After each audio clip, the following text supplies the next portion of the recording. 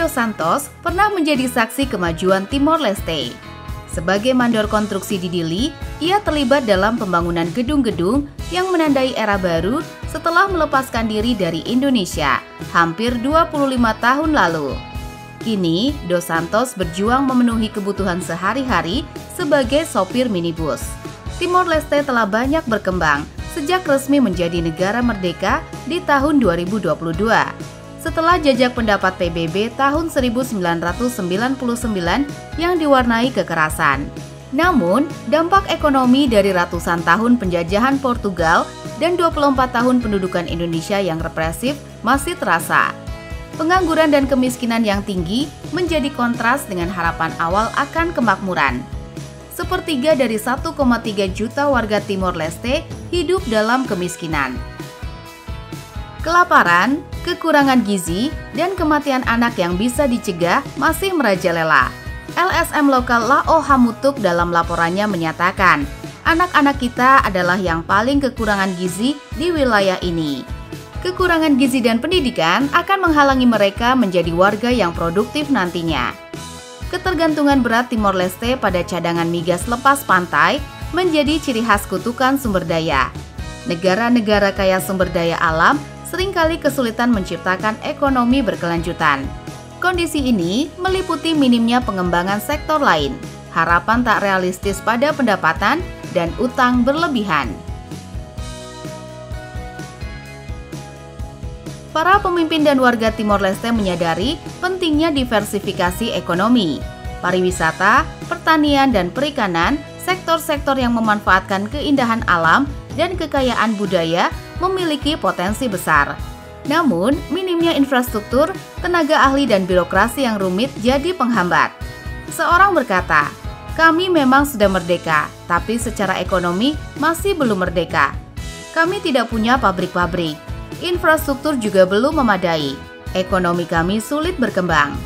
Para ahli juga mengingatkan bahwa dana perminyakan, sumber utama pendapatan Timor Leste saat ini, senilai 16 miliar dolar, beresiko mengering di awal dekade tahun 2030-an. Dana yang membiayai lebih dari 80% anggaran negara ini telah banyak terkuras sejak 2007.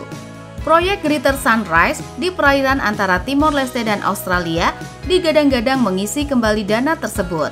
Namun, proyek ini menemui hambatan termasuk biaya yang besar dan tantangan teknis.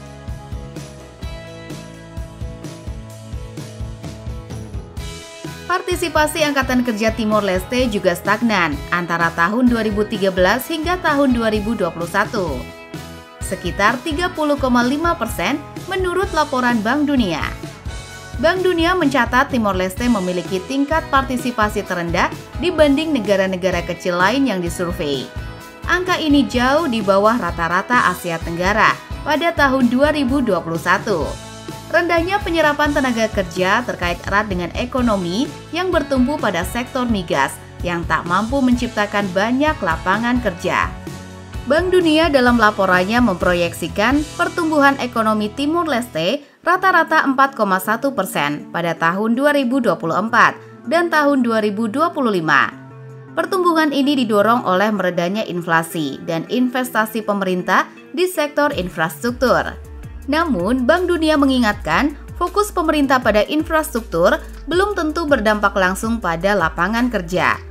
PBB menyatakan ini dapat disebabkan oleh ketidaksesuaian keterampilan yang dibutuhkan proyek infrastruktur dengan kemampuan tenaga kerja lokal. Selain itu, proyek infrastruktur seringkali hanya menyediakan lapangan kerja jangka pendek, sehingga tidak banyak membantu menurunkan tingkat pengangguran secara jangka panjang.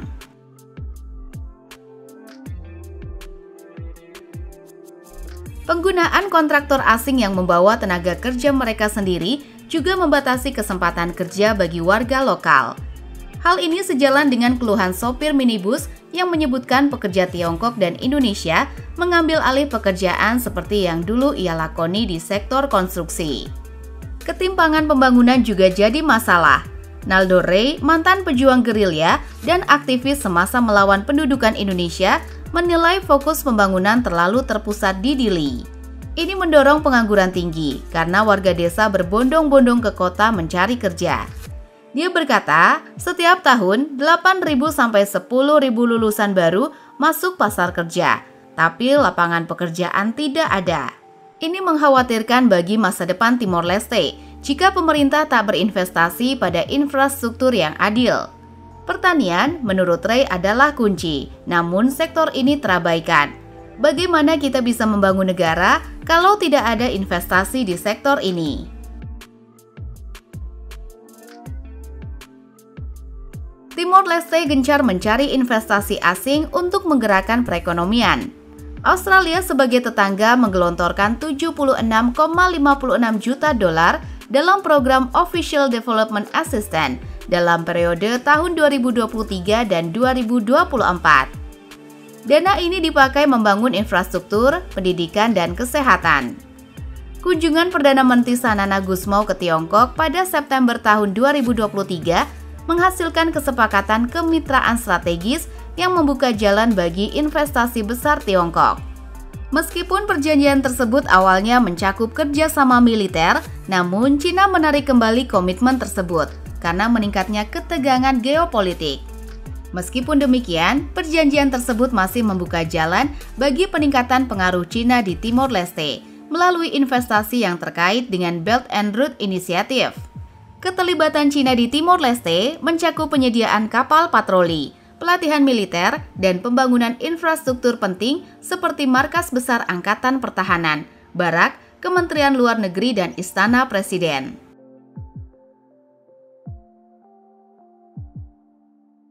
Cina juga mendanai proyek-proyek besar seperti Jalan Raya Suai, Pelabuhan Laut Dalam Tibar, dan mengelola jaringan listrik Timor Leste. Meskipun Tiongkok ingin memiliki kehadiran yang lebih besar di negara yang berlokasi strategis ini, mungkin ada batasan terhadap investasi mereka di negara yang hampir tidak memiliki ekonomi yang bebas dari keterlibatan pemerintah. Ujar Kingsbury dalam artikelnya di East Asia Forum pada Desember lalu. Kingsbury meragukan keberlangsungan ekonomi Timor Leste tanpa menghilangkan ketergantungan pada minyak. Ia menilai dana perminyakan negara itu bisa bertahan hingga tahun 2044 atau bahkan 2049 jika pajak properti dan kebijakan serupa diterapkan. Dia berkata, masalah sesungguhnya adalah apa yang terjadi ketika pendapatan dari minyak habis.